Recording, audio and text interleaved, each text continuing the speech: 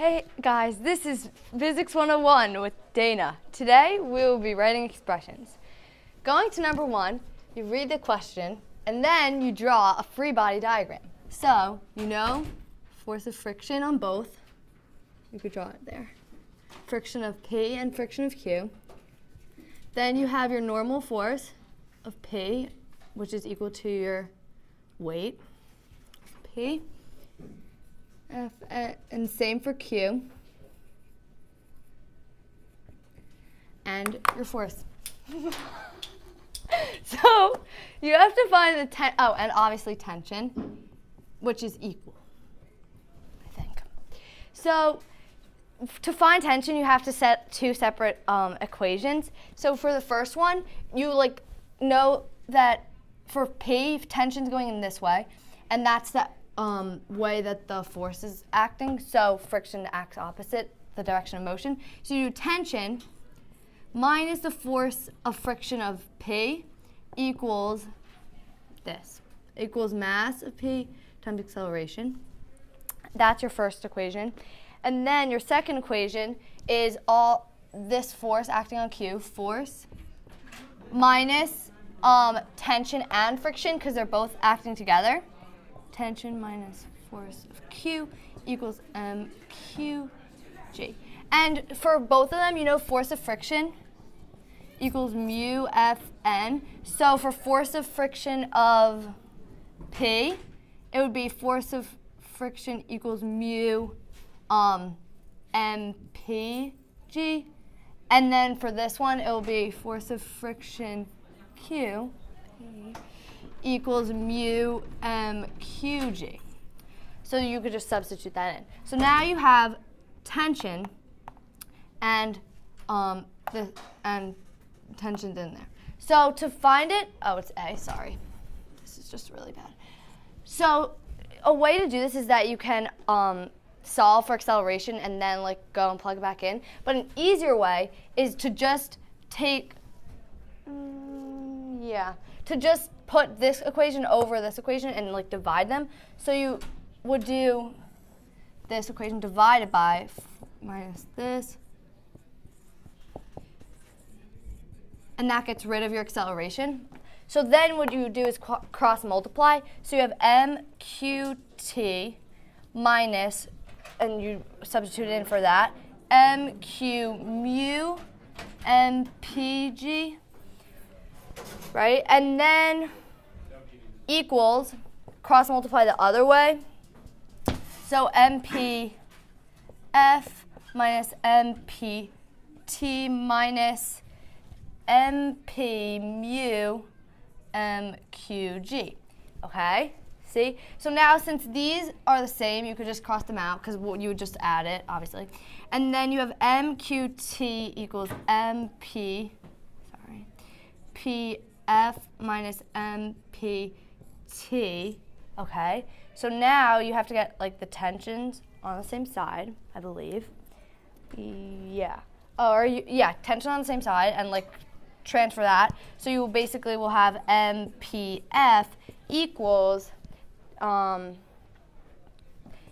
mp plus mq times tension, because that's distributed. And then since you're trying to isolate tension, you do m divided by mass of P plus the mass of Q on both sides. And your final answer is MPF over MP plus MQ equals tension. So you see that friction didn't even matter in this problem. So if this is a multiple choice question, you don't even have to take friction into account. You just know that it's present and it cancels out somewhere. But if it's open-ended, you have to show all of the work. Okay.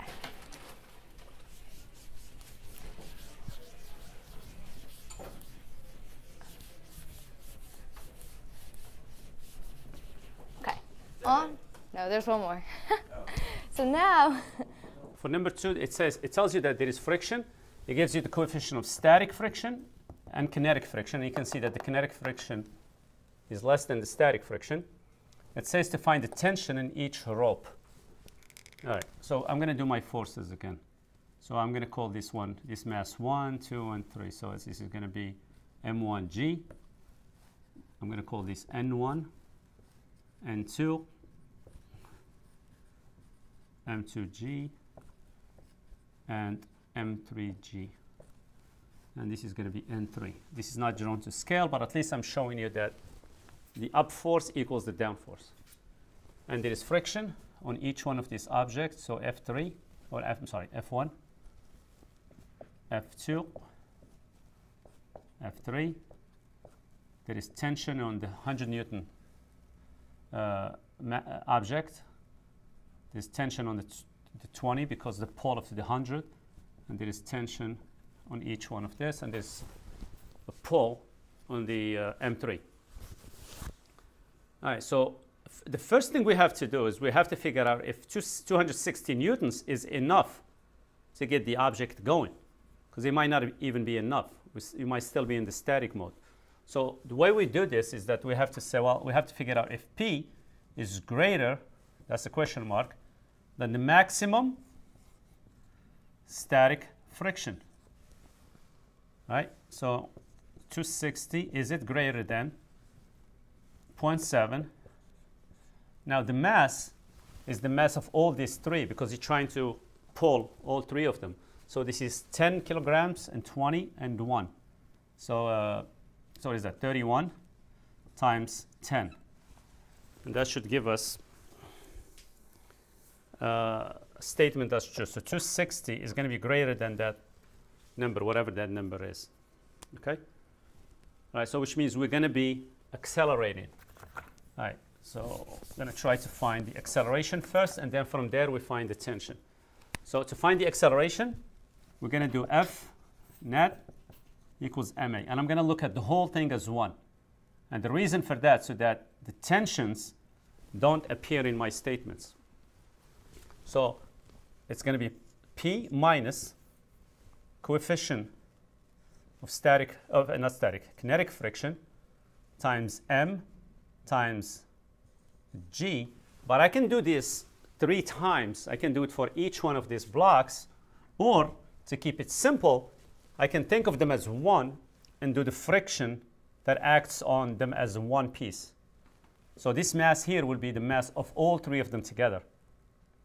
Okay? And that should be equal to the mass of all 3 of them together, M1 plus M2 plus M3 times the acceleration. And maybe I should come here and replace M by M1, M2, and M3, and I put a G here.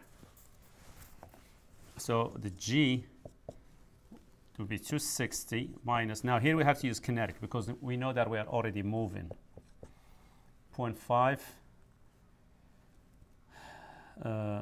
times 31 times 10 divided by,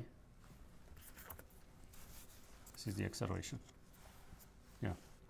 divided by 31. And that should give us an acceleration of 15 meters per second square. Okay, now to find the tension, I'm going to start with the with T2, right?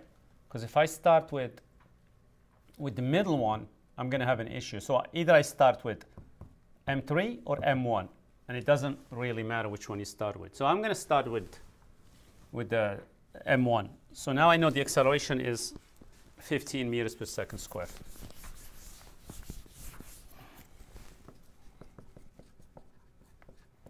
So for number 1, the force is acting on it as tension 2 minus force of friction on it equals its mass times its acceleration. So T2 equals M1, which is 10 times 15 for acceleration, plus F1, which is mu mg, which is 100. And T2 should be equal, so is that 150 and 50, so that should be 200 newtons. Now, if I want to go after T1, I can just work on object. I can do either object 3 or object 2. It doesn't really matter. So I think in the answer key I did I think I did object 2. So here I'm going to do object 3. I'm going to work with this one to just show you that it's no difference. So P minus tension in 1 minus the force of friction, okay, on object 3. That should be equal to the mass of object 3 times its acceleration, which makes T1 equals, so if I move this T1 to the other side and I bring the M3A here, so it's going to be 260 minus, the friction here is mu times mg. Yep. And then I'll move the M3, which is 1 kilogram times 15. And that should be 260 minus 5 minus 15. So it's 260 minus 20, which is 240 newtons. So this one should be a little easier than the first one. First one had a lot of variables. All right, let's take a look at number 3.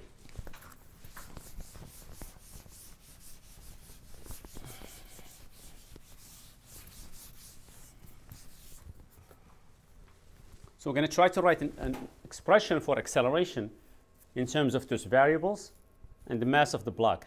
Let's just call that mass m. Okay?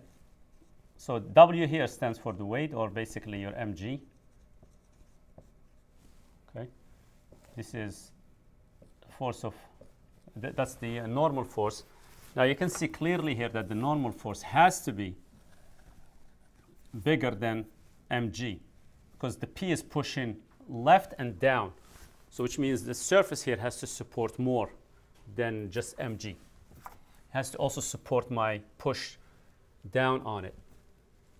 All right, so I'm going to look at this direction to the left as positive. So my F net equals ma should be P cosine theta. I'm going to draw this component and erase them later. They are not supposed to be there. Okay, so this is the x component, this is the y component. Okay, so this is, in other words, P cosine theta, and this is P sine theta. Okay, minus friction, if there is any friction. It says that there is a mu in there, so it's got to be some friction.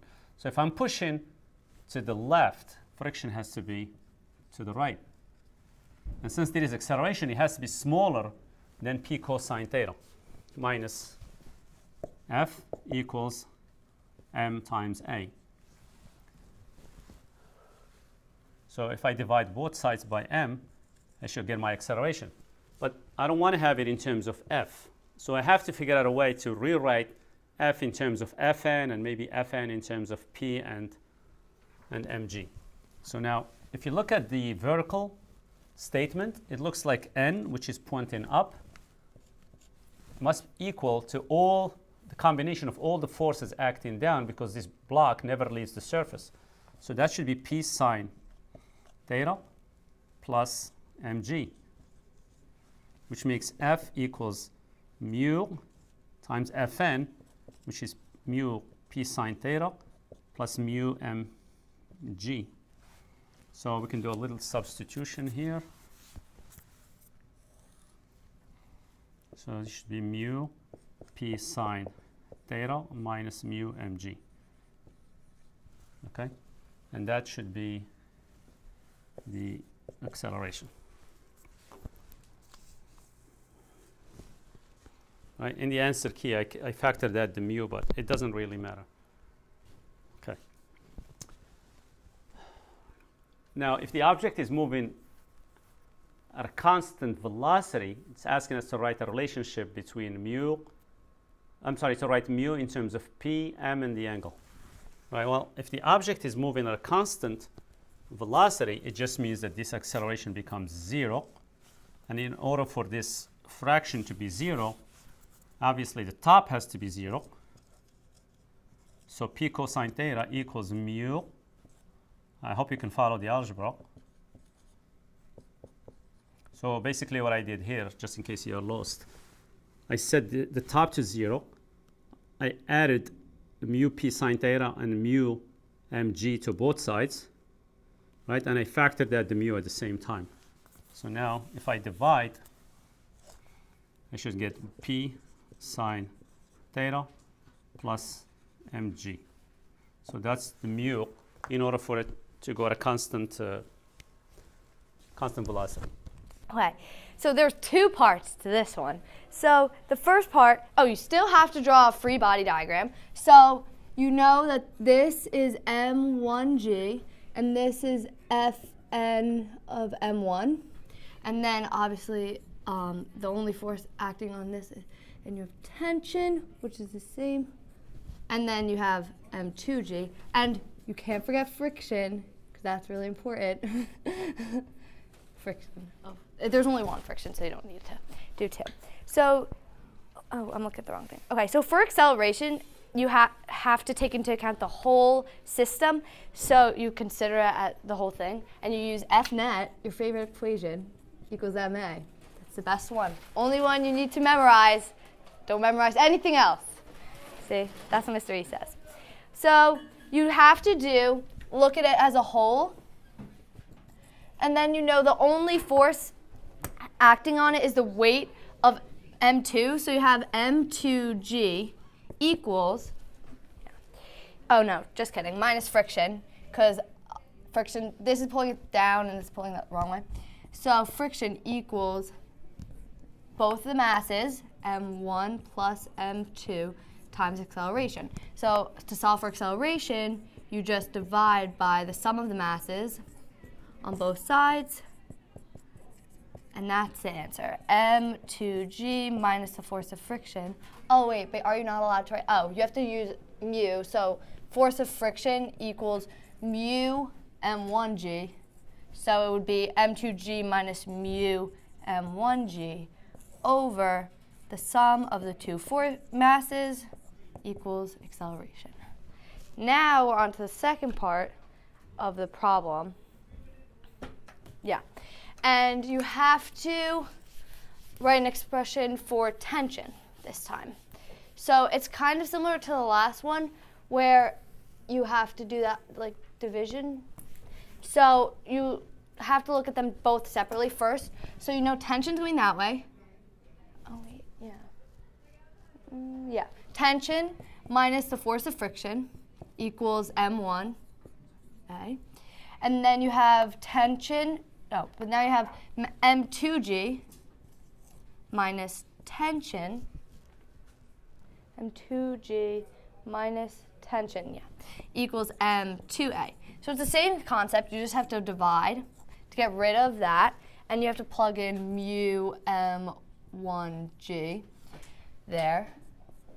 So now you just cross multiply. So you have m2t minus m2 mu m1g equals, cross multiply the other side, m1 m2g minus m1t.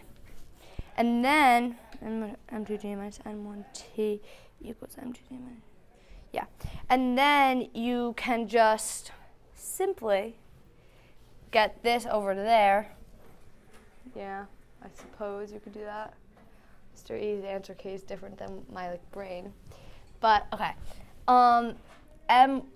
You have to add this whole thing, m1g. So now you have m2t plus m1t equals, because I just moved that there.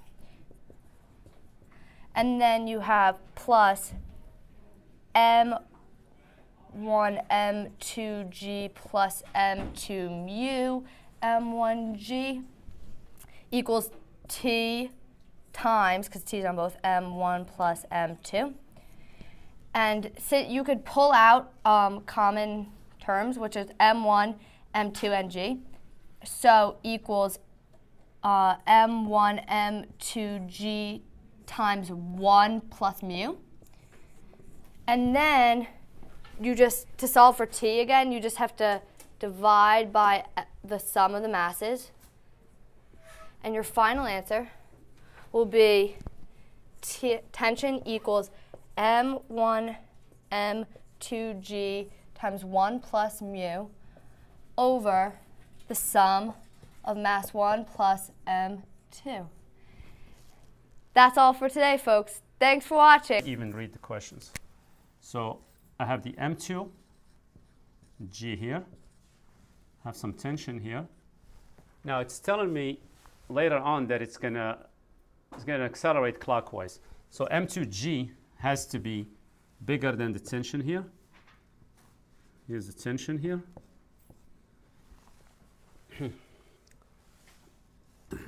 Here's M1G, and here is the normal force.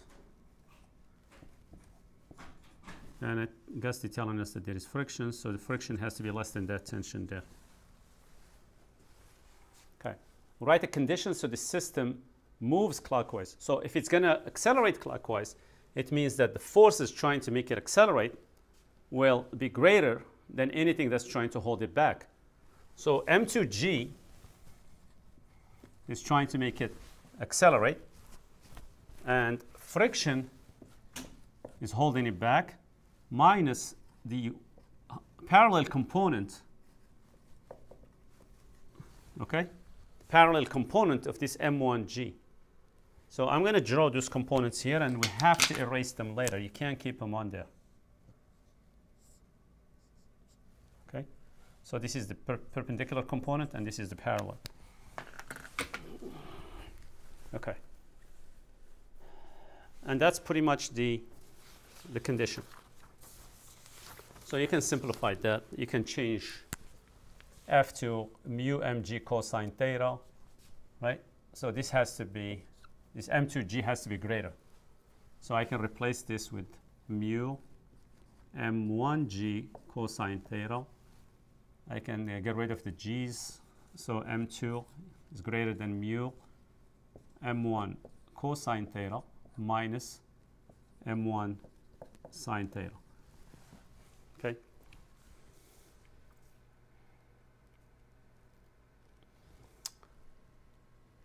Oh, this is plus because I was doing the subtraction before. I was thinking I was going to do F equals ma. Yeah, it should be plus. All right. So now we'll write an expression for the acceleration. Now we're going to do F net equals ma. So it's going to be M2G trying to make you accelerate minus the friction here, and the mg sine theta are trying to hold you back. Okay, so minus mu m1g cosine theta minus m1g sine theta is equal to m1 times a.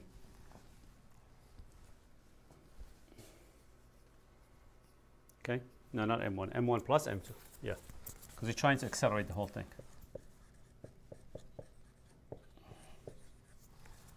Okay, and then to get the acceleration, you divide by m1 plus m2, and you're pretty much done.